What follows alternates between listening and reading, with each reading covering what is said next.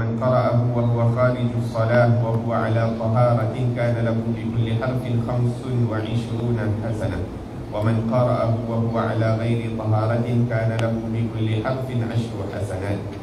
Siapa yang membaca Al-Quran sedang dia berdiri dalam salatnya, buatnya pahala bagi setiap hurufnya 100 hasanah. Dan siapa yang membaca Al-Quran sedang dia duduk dalam salatnya, buatnya pahala bagi setiap hurufnya 50 hasanah. Siapa yang membaca Al-Quran sedang dia di luar salat dan dia dalam keadaan bersuci, buatnya bagi setiap hurufnya 25 hasanah. Dan siapa yang membaca Al-Quran sedang dia tiada bersuci, buatnya bagi setiap hurufnya 10 hasanah. Awas kamu jangan sampai maksudmu bila membaca Al-Quran supaya hendak banyak-banyak tanpa tadabbur, iaitu memikirkan maknanya dan tanpa tartil. Tetapi hendaklah anda membaca dengan tadabbur dan memahamkan maknanya, kemudian dibantu pula dengan tartil. Jangan lupa anda hadirkan dalam dirimu kebesaran Tuhan yang menfirmankan kata-kata itu. Dan ingatlah bahawa anda ketika itu sedang berada di hadapannya, sedang membaca kitab yang terkandung di dalamnya segala perintahnya dan larangannya. Terdedah di matamu nasihatnya dan pesanannya. Bila membaca ayat-ayat mengenai tauhid, mengisahkan Allah dan anda mengagungkannya serta membesarkannya. Bila membaca ayat-ayat mengenai janjinya dan ancamannya, anda merasakan dalam hatimu kesenangan dan kebimbangan. Bila membaca ayat-ayat mengenai suruhannya dan tegahannya, anda bersyukur kepadanya dan mengaku diri banyak membuat kesalahan dan kelalaian. Lalu anda memohon istighfar dan berazam hendak melaksanakan semua perintahnya. Alhamdulillah, wassalatu wassalamu ala Sayyidina Rasulillah wa ala alihi wa ashabihi wa man walah, amma ba'd. Al-Imam Abdullah bin Al-Haddad mengingatkan kita tentang membaca Al-Quran.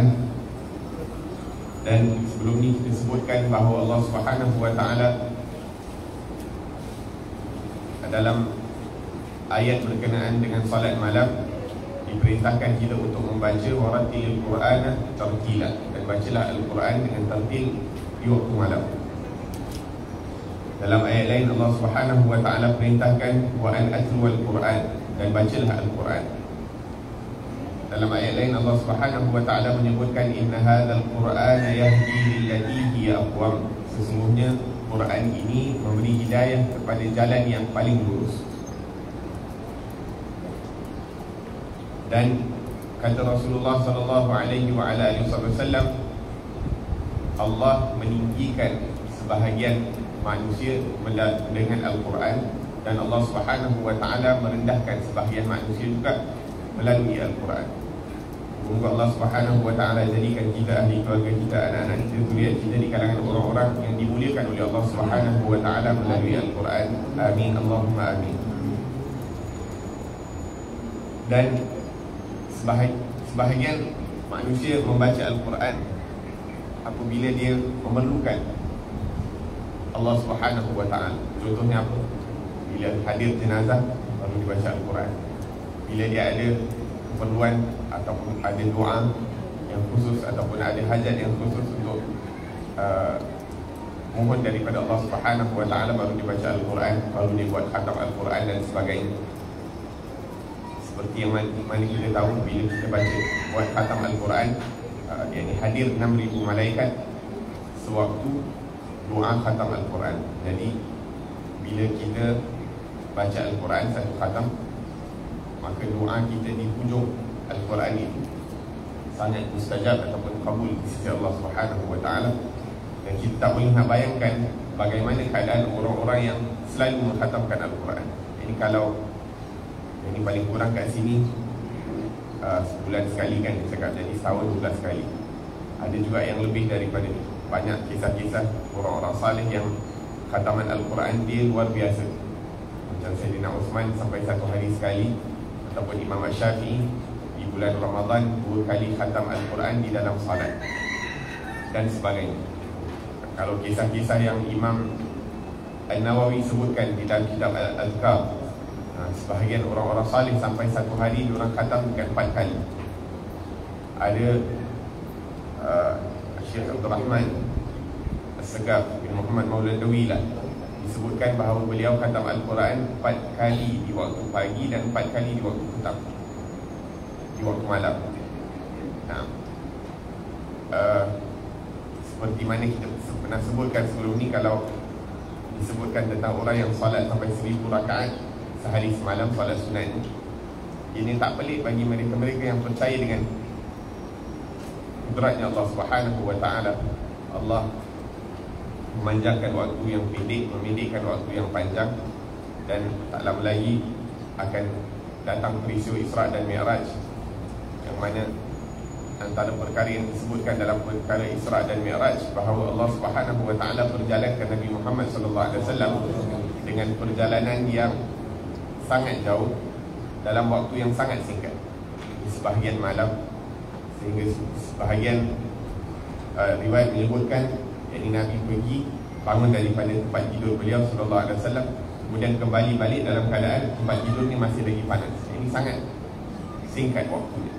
Akan tetapi berapa banyak perkara yang dilalui oleh Nabi sallallahu alaihi wasallam, berapa jauh perjalanan yang dilalui oleh Nabi sallallahu alaihi wasallam. Maka Allah Subhanahu wa taala zat yang maha berkuasa memberikan hal-hal yang ajaib kepada kekasih-kekasihnya Allah Subhanahu wa ta'ala. Maka tak pelik orang-orang yang dekat dengan Allah Subhanahu wa ta'ala, mereka diberkati waktu mereka, sehingga dalam waktu yang singkat, yang 24 jam sama yang dilalui oleh kita, tapi untuk mereka mampu untuk melakukan perkara yang sangat banyak. Mereka dapat melalui perkara yang sangat banyak, baik daripada ibadah mereka, baik daripada ilmu mereka. Imam Syafi'i rahimahullah hidup dalam masa 54 tahun, akan tetapi 54 tahun itu diisi dengan penuh keberkatan dan ilmu, sehingga sampai sekarang masih lagi kita mendapat keberkatan daripada ilmu ni, Imam Syafi'i rahimahullah ta'ala.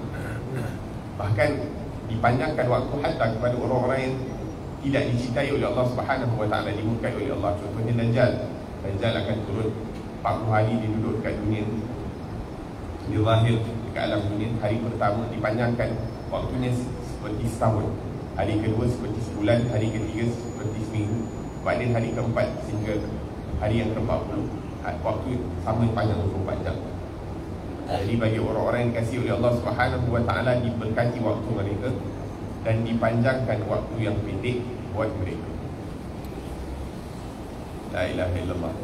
Semoga Allah Subhanahu wa ta'ala berkati waktu kita dan berkati umur kita, sehingga kaki-kaki daripada umur kita ini kita dapat isi dengan amal ibadah kepada Allah Subhanahu wa ta'ala dan perkara-perkara yang mendatangkan keridhaan Allah Subhanahu wa ta'ala. Amin, Allahumma amin. Wahai saudaraku, hendaklah anda tentukan waktu yang khusus untuk membaca Al-Quran pada setiap hari dan setiap malam. Nah, ada jadual waktu untuk membaca Al-Quran. Paling kurang sekali anda membaca satu hari satu juz, sehingga anda boleh mengkhatamkannya pada setiap bulan sekali. Nah, ini pun walaupun bunyinya macam paling rendah, tapi untuk buat kita ni, kita rasa dah paling tinggi dah. Nak baca 20 muka surat satu hari, subhanallah. Yang menghafal Al-Quran pun kadang-kadang rasa berat untuk nak baca 20 muka surat satu hari. Akan tetapi alamat terasa, jadi kita mula dengan apa yang mudah untuk kita, apa yang kita mampu. Jadi wainkan satu hari kalau kita dapat istiqamah, satu hari 2-3 baris, satu hari setengah muka, satu hari satu muka, setiap kali lepas solat fardu 2 baris atau 3 baris. Kalau satu hari lepas solat fardu 3 baris, 5 solat 5 kali satu hari, dah habis 17 baris, ini satu muka surat alal akal. Berapa baris daripada Facebook kita dapat baca satu hari? Subhanallah. Kalau ada page dia kan, kalau dia boleh kira dia punya, bila kita scroll berapa page kita baca, berapa page kita tengok, subhanallah. La ilaha illallah. Dan paling tinggi boleh mengkhatamkan pada setiap 3 hari sekali. Dilimitkan kat sini 3 hari sekali. Maksudnya kerana untuk orang-orang yang pada permulaannya baca lebih daripada 3 hari, yakni membaca satu khatam tu kalau lebih cepat daripada 3 hari, takut-takut dia tak mampu untuk nak merenungi isi kandungan Al-Quran. Takut-takut dia tak boleh nak merenungi isi kandungan Al-Quran. Maksudnya sebab tujuan bacaan Al-Quran tujuan untuk membaca Al-Quran untuk direnungi isi kandungannya. Jadi kalau baca terlampau lagi, takut-takut tak boleh. Tapi untuk orang-orang yang makna Al-Quran tu dah sebati dengan diri mereka, maka hatta diorang baca laju, yakni hati mereka masih hadir dalam makna-makna, tak terlepas. Yakni dalam keadaan diorang baca laju, tapi ayat Al-Quran itu ataupun makna-makna isi kandungan Al-Quran itu juga hadir bersama mereka. Nah, la ilaha illallah. Nah, sebab tu dilimitkan kat sini setiap 3 hari sekali. Adapun bagi orang-orang yang kita sebutkan tadi, setiap hari dikhatamkan Al-Quran ataupun 1 hari lebih daripada sekali, maka keadaan mereka berbeza, kehadiran hati mereka berbeza, dan kefahaman mereka terhadap isi kandungan Al-Quran juga berbeza. Ketahuilah bahawasanya membaca Al-Quran itu boleh meraih kelebihan yang besar dan kesan yang positif pada menerangkan hati dan merasa ketenteraman. Naam. Ala bi dzikrillah tatma'innul qulub. Sesungguhnya dengan berzikir kepada Allah Subhanahu wa taala akan menenteramkan hati. Tak ada benda lain yang dapat menenteramkan hati kita selain daripada berzikir kepada Allah Subhanahu wa taala. Dan makna zikir adalah luas. Solat sunat, zikir, baca Al-Quran sebaik-baik zikir, dan kemudian ikuti dengan zikir-zikir yang lain. Dan antara fadilah membaca Al-Quran diberkati waktu. Sebab tu kalau kita tengok orang-orang salih yang mana Allah Subhanahu wa taala berkati waktu mereka, sebab apa? Sebab mereka tak tinggal baca Al-Quran. Semakin banyak kita baca Al-Quran, semakin diberkati waktu kita. Tapi disebabkan kita tak baca Al-Quran ataupun tak istiqamah dalam membaca Al-Quran, maka kita dapati yang ini macam tak ada masa. Yang ini 24 jam tu rasa sangat cepat berlalu. 24 jam tu sangat cepat berlalu. Al-Habib Abdul Ghadir bin Ahmad As-Segar disebutkan hatta di usianya yang lanjut, beliau pindah ke kota Jeddah, kota Makkah, kurang lebih umurnya 60 tahun. Duduk sana kurang lebih sampai 90 ataupun dekat 100 tahun. Hatta di umur yang dah uzur macam tu, dan sibuk dengan dakwah dan sebagainya, tak tinggal beliau khatam Al-Quran seminggu sekali. Tak tinggal khatam Al-Quran seminggu sekali. La ilaha illallah. Habib Ali bin Abdul Rahman Al-Jufri menceritakan bahawa masa tu dia rapat dengan Habib Abu Bakar Adni al-Masyhur. Jadi pada bulan Ramadan, Habib Abu Bakar Adni macam rasa bersemangat lah. Habib Abdul Qadir bagi semangat suruh banyakkan baca Al-Quran dan sebagainya. Jadi sampai ke satu tahap, Habib Abu Bakar Adni dapat khatamkan 3 kali, satu khatam dalam masa 3 hari. Satu khatam dalam masa 3 hari. Kemudian Habib Abdul Qadir senyum. Dia kata, Alhamdulillah ya walidil faqir. Dia kata, ana dapat khatam 1 hari sekali. Yang ini Habib, masa tu Habib Abu Bakar Adni pun dah berumur kan.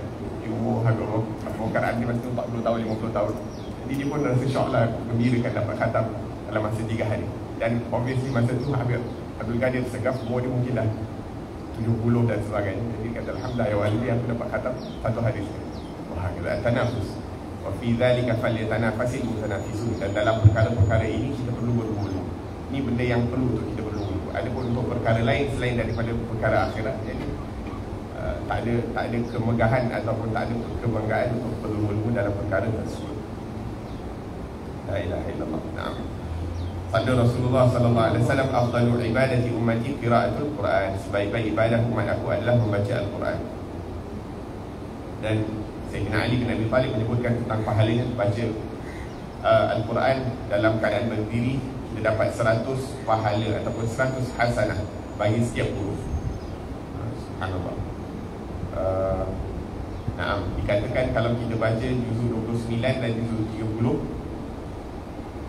daripada Tabarakalladzi biyadihil mulk sampai An-Nas, itu kurang lebih 1000 ayat. Hurufnya tak tahu berapa banyak. 1000 ayat. Di pahala yang kita boleh raih daripada Allah Subhanahu wa taala, yakni tijarah, yakni perniagaan yang tak ada kerugian di sisi Allah Subhanahu wa taala. Wa man qara'a, barang siapa yang baca dalam keadaan duduk, dia dapat baca keadaan duduk dalam solat 50 pahala. Tak, 500. Tak, 50 pahala. Nah, tadi berdiri 100 pahala. Kalau dalam solat tapi dalam keadaan duduk, 50 pahala. Adapun baca di luar solat dalam keadaan berwuduk, 25 pahala. Baca di luar solat tanpa taharah, 10 pahala. Maka yang paling rendah sekali 10. Akan tetapi kalau boleh jangan sampai kita baca Al-Quran dalam keadaan tidak berwudu. Jangan sampai kita baca Al-Quran dalam keadaan tidak berwudu. Jadi kurang adabnya bersama Allah Subhanahu wa ta'ala. Nah, awas kamu jangan sampai maksudmu bila membaca Al-Quran supaya hendak banyak-banyak tanpa tadabbur. Nah, afala tadabbaruna Al-Quran, kata Allah Subhanahu wa ta'ala. Mengapa mereka tidak bertadabbur, merenungi isi kandungan Al-Quran? Am ala qulubin aqfaluha, ataupun kerana hati mereka ini ditutup oleh Allah Subhanahu wa ta'ala sehingga mereka tidak ingin untuk merenungi isi kandungan Al-Quran. Nah, kadang-kadang mungkin benda yang boleh kita buat setiap hari, seperti mana kita baca satu muka surat Al-Quran, kita cuba baca satu muka surat daripada terjemahan Al-Quran. Duluan ada mengajar mengaji. Tadi ada satu orang yang nak mengajar ni, umur dia mula baca Iqra, umur dia 60 tahun, 60 lebih. Dah umur 60 lebih baru nak belajar mengaji, baru nak start baca Iqra. Jadi dia baca dengan Iqra sampailah dia khatam Al-Quran. Ambil masa kurang lebih 2-3 tahun, tapi semangat nak belajarkan. Jadi dia fokus. Jadi setiap malam dia akan baca beberapa buku surat daripada terjemahan Al-Quran. Sebelum dia khatam Al-Quran, baca, dia dah khatam Al-Quran dan makna terjemahan. Himmah, yang ini semangat untuk membaca terjemahan Al-Quran. Yang mengajar dia baca Al-Quran pun tak pernah baca terjemahan sampai habis. Jadi subhanallah. Hakada, ini himmah. Ini orang-orang yang Allah Subhanahu wa ta'ala beri dia waktu dan sebagainya, waktu lapang, maka cari benda-benda yang mendatangkan manfaat untuk diisi. Antaranya dengan membaca daripada terjemahan Al-Quran. Sikit tak banyak, pasti kita akan mendapat keberkatan dan mendapat ibrah daripada isi kandungan Al-Quran. Nah, awas kamu jangan sampai maksudmu bila membaca Al-Quran supaya hendak banyak-banyak tanpa tadabbur, memikirkan maknanya dan tanpa tertib. Nah, tetapi hendaklah anda membaca dengan tadabbur. Nah, subhanallah, cakap pasal tartil kan, kalau kita tengok habaib dekat Hadramaut, kita tengok diorang baca Quran macam ya ini ala kulli hal, macam tajwidnya pun kurang beri perhatian, wala baca pun macam laju semacam dan sebagainya kan. Akan tetapi ni anak punya experience lah, bila anak pergi sana, dengan mendengar bacaan mereka lebih mudah untuk nak merenungi isi kandungan Al-Quran. Cara diorang baca tu membantu kita, ialah kalau kita boleh faham bahasa Arab sikit-sikit, membantu kita untuk memahami isi kandungan Al-Quran. Kadang-kadang baca tajwid dengan bertajwid dan berlakukan, nak kata salah baca bertajwid dengan berlaku, tapi kadang-kadang kita sibuk sangat dengan tajwid dan sibuk sangat dengan dia punya taranum dan sebagainya, kita lupa nak merenungi isi kandungan Al-Quran. Yang merenungi isi kandungan Al-Quran itu lebih penting. Lebih penting. Nah, mana kata Habib Ahmad bin Hasan Al-Atas, dia kata sebelum kita nak angkat takbiratul ihram kan, kadang-kadang kita sibuk nak niat tu kena betul selari dengan takbiratul ihram, sehingga pada waktu itu kita terlupa menghadirkan keagungan Allah Subhanahu wa ta'ala di dalam hati. Yang mana kalau nak dibandingkan, mana lebih penting, menghadirkan keagungan Allah Subhanahu wa ta'ala waktu takbiratul ihram lebih penting, ataupun menghadirkan, nak pastikan kita punya niat dengan takbiratul ihram selari? Yang ini dulu penting. Bukan nak kata satu lebih penting daripada yang lain, tapi kadang-kadang kita beri perhatian kepada satu sehingga kita terlepas pandang yang lain. Kita terlampau beri perhatian kepada tajwid, kadang-kadang bacaan, make sure sebutan setiap huruf dengan makhraj dan sifatnya kena cukup dan sebagainya, sampai kita tak ada masa untuk nak beri perhatian terhadap makna Al-Quran. Bahkan la ilaha illallah, dulu penting. Jadi yang ini bukan nak kata satu lebih penting daripada yang lain, tapi dua perlu diberikan perhatian. Dan kalau kita mampu untuk melakukan dua-dua, kita lakukan dua-dua. Nah, tetapi hendaklah anda membaca dengan tadabbur dan memahamkan maknanya, kemudian dibantu pula dengan tartil. Jangan lupa anda hadirkan dalam hatimu kebesaran Tuhan yang memfirmankan kata-kata itu.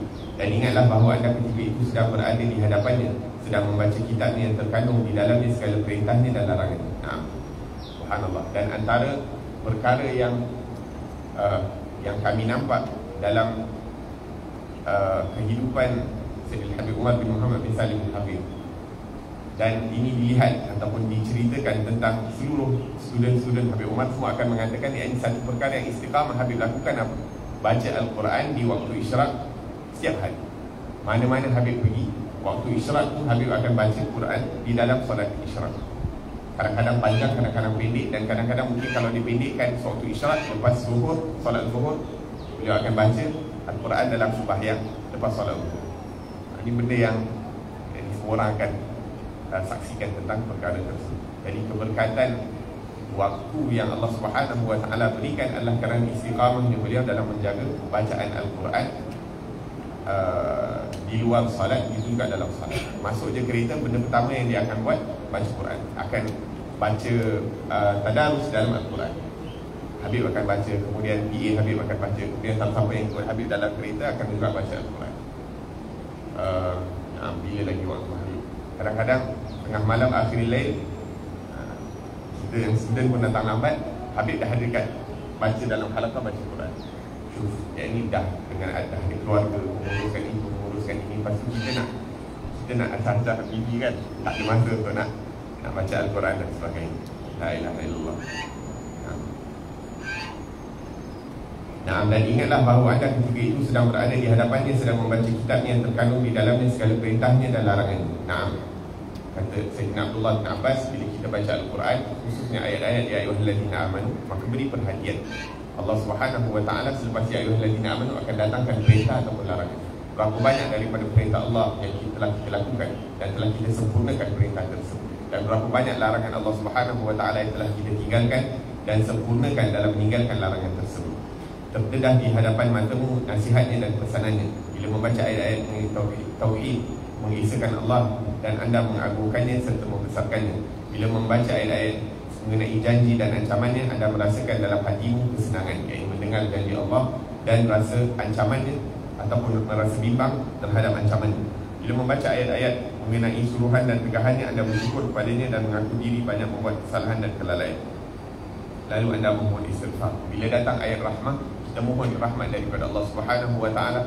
Bila datang ayat istighfar, kita beristighfar kepada Allah Subhanahu wa Ta'ala. Seperti mana yang kita sebutkan pada pengajian yang lalu, 2 rakaat permulaan dalam salat malam atau salat tahajud, kita akan baca ayat yang berkenaan dengan istighfar, dan kemudian selepas baca ayat tersebut kita beristighfar 3 kali, astagfirullah, astagfirullah, astagfirullah, wahakadha. Dan hendak, dan anda berazam hendak melaksanakan semua perintahnya. Allah Ta'ala alam. Semoga Allah Subhanahu wa Ta'ala jadikan kita daripada ahli Al-Quran, yang mana ahli Al-Quran merupakan VIP-nya Allah Subhanahu wa Ta'ala, dan semoga Allah Subhanahu wa Ta'ala jadikan kita sahabat-sahabatnya Al-Quran, kerana sahabat-sahabatnya Al-Quran akan diberi syafaat oleh Al-Quran. Akan tetapi VIP-nya Allah Subhanahu wa Ta'ala darjatnya lebih tinggi daripada mendapat syafaatnya Al-Quranul Karim. Wahakala. La ilaha illallah. Dan tak lama lagi akan datang isu Isra dan Mi'raj. Sama-sama kita mengambil ibrah, insyaAllah, mengambil bahagian dalam mendekatkan diri kita kepada Allah Subhanahu wa Ta'ala pada malam tersebut, insyaAllah. Rabbana fa'na bima 'allamtana, rabbi 'allimna alladhi yanfa'una, rabbi faqina wa faqi ahlana wa qarabatina lana fi dinina ma ahli al-kutri wa anta wa zakar, rabbi wafiqna wa wafiqhum lima tarzabi qawlan wa fi'lan karama wa rzuqi kulla halalan da'ima wa akhila ya ulama Allah bil khairi wa nufa kulla syar. ربنا واصلح لنا كل شؤون واغفر بالرضا منك العيون وارجعنا ربنا كل ديون قبل ان تاتينا رسل المنون واغفر واستر انت اكرم من ستر وصلاه الله تغشى المصطفى من الى الحق دعانا والوفاء بكتاب فيه للناس شفاء وعلى الال الكرام الشرفاء وعلى الصحب المصابيح الكرام. اللهم اهدنا بهداك واجعلنا ممن يسارع في رضاك ولا تولنا وليا سواك ولا تجعلنا ممن خالف امرك وعصاك. وحسبنا الله ونعم الوكيل ولا حول ولا قوة إلا بالله العلي العظيم. وصلى الله على سيدنا محمد وعلى آله وصحبه وسلم والحمد لله رب العالمين والعفو منكم. السلام عليكم ورحمة الله وبركاته.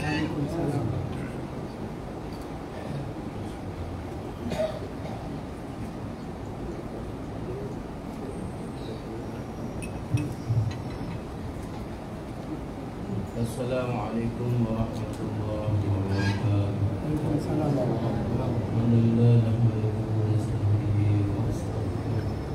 Na'udzu billahi min shururi anfusina wa min sayyiati a'malina. May yahdihillahu fala mudilla lahu wa man yudlil fala hadiya lahu. Asyhadu an la ilaha illallah wa asyhadu anna Muhammadan abduhu wa rasuluh.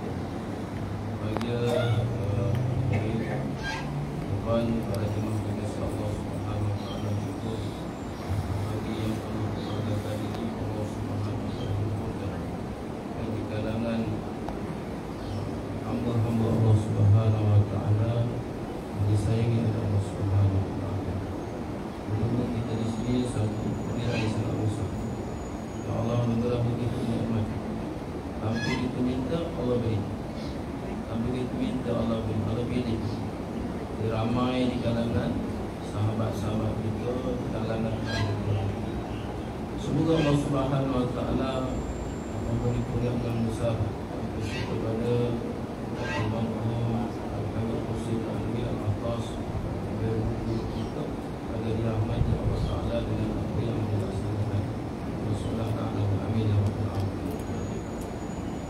Bagaimana yang disebutkan kami tadi dalam masalah yang dibacakan tadi, kita mengambil satu aktiviti yang hebat menjelangnya bulan Ramadan. Kalau kita berada bulan Rajab, di mana Nabi sallallahu alaihi wasallam yang menyuruh kita memperbanyakkan doa, Allahumma barik lana fi Rajab wa Sya'ban wa baligna Ramadan.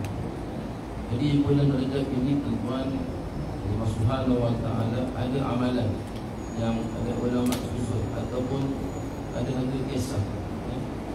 Kisah berkaitan satu orang perempuan atau orang wanita yang duduk di bumi Palestin, Baitul Maqdis. Menjelang masuk ke awal bulan Rajab, maka dia telah asingkan diri, dia telah bertahanus, mengasingkan diri. Bagaimana Nabi SAW mengasingkan diri di Gua Hira. Maka apa yang berlaku, dia bersama dengan anak dia, asingkan aku. Padahal dia seorang wanita yang hartawan, wanita yang kaya. Berapa dia buat, tuan? Bila waktu malam menjelang, dia tanggalkan pakaian kebesaran, kehebatan, kemuliaannya, memakai pakaian yang biasa. Lalu dia gunakan untuk mendirikan solat amalan malam. Solat malam. Okay. Kemudian antara amalannya, iaitu dia melazimi dengan membaca suratul Ikhlas sebanyak 11 kali. Sebanyak 11 kali sepanjang di bulan. Sepanjang di bulan. Jadi kita baru sampai kepada 22 jam. InsyaAllah hari masa insyaAllah. Ya. Alhamdulillah. Jadi dihabarkan bagaimana dalam kisahnya itu diriwayatkan bagaimana dia setelah lamanya dia melaksanakan ibadat tersebut, ya Allah Subhanahu Wa Taala ambilnya yang awal ambil jawabnya. Maka dia pesan sebelum dia meninggal, pesan dengan anak dia, dia wasiat, wahai anak, saat aku mati nanti kamu kapankan aku dengan pakaian yang aku gunakan ketika mana aku mendirikan solat malam. Jadi apa yang kita faham di sini, maknanya kita perlu sediakan pakaian khusus untuk solat malam, pakaian tahan namanya, pakaian tahan. Kemudian setelah daripada itu, pesanan itu tidak ada anak tadi itu dengan dia orang kaya. Jadi dia rasa macam keaiban, aib. Maka dia telah pesan orang lain untuk berikan guna pakaian yang hebat. Mana kalau harga pakaian itu, kalau pakaian motor biasa kan, pakai kain yang ada nilai lah, yang lebih hebat, kain bagus. Dan setelah dikebumikan pada malam tersebut, anak tadi dia lebih. Ibu dia datang kata, wahai anakku, kenapa kamu gunakan wasiat? Kenapa tak gunakan wasiat tu? Anak dia terkejut, terkejut dan dia menangis. Menangis sebab apa dia? Ibu dia datang siang, dari malam datang. Maka dia pun berlari terus pergi ke tanah perkuburan. Lalu dia gali kubur. Gali kubur. Apa yang berlaku, dah tak ada jenazah ibunya dalam kubur tersebut. Allahu Akbar. Tak ada dalam kubur tersebut. Maka setelah itu dia menangis, merau-rau. Jadi waktu suara mengata, wahai si fulan, wahai anak kepada si fulan, sesungguhnya Allah Subhanahu Wa Taala tidak mensia-siakan, mensia-siakan hamba-hambanya yang memuliakan bulan Rajab. Memuliakan bulan Rajab dengan amalan apa dia, membaca surah Al-Ikhlas tadi. Maka apakah pengajaran kita nak di sini? Maknanya disebut Allah tidak akan mensia-siakan dan Allah Ta'ala tidak membiarkan. Mana Allah ambil rohnya, Allah Ta'ala biar, bahkan jasad dia sekali. Jadi pengajaran yang kita ambil dalam benda walaupun amalan itu sedikit, tapi ialah istiqomah. Mana yang Habib kata tadi, iaitu baca Quran mungkin tak dapat satu hari satu juzuk, paling kurang pun satu ayat, tinggal satu muka surat 15 ayat. Jadi mudah-mudahan insyaAllah sedikit pengajaran kita kongsi, mudah-mudahan dapat semua kita mendapat daripada kita amal insyaAllah. Dalam segalanya, Assalamualaikum warahmatullahi wabarakatuh. Bismillah.